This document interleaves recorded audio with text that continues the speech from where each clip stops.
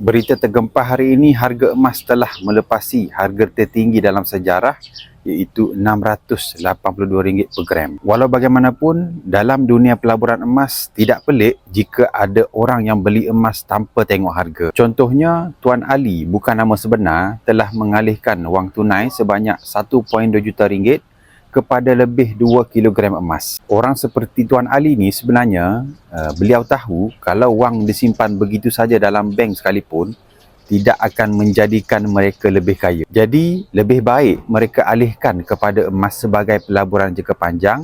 Dalam masa yang sama, emas boleh menjadi pelindung kepada kekayaan. Nilai emas bukan saja makin lama makin bernilai, malah ianya laku di mana-mana saja seluruh dunia tanpa perlu jaminan daripada mana-mana pihak. Jika anda berminat untuk mulakan simpanan emas bersama Public Gold, anda boleh mula serendah RM100 melalui akaun emas GAP. Daftar percuma dan anda boleh mula kumpul gram emas dalam akaun tanpa cas simpanan. Anda boleh rujuk pin video yang telah saya sediakan ataupun klik di link bio. InsyaAllah saya sedia bantu sebaiknya.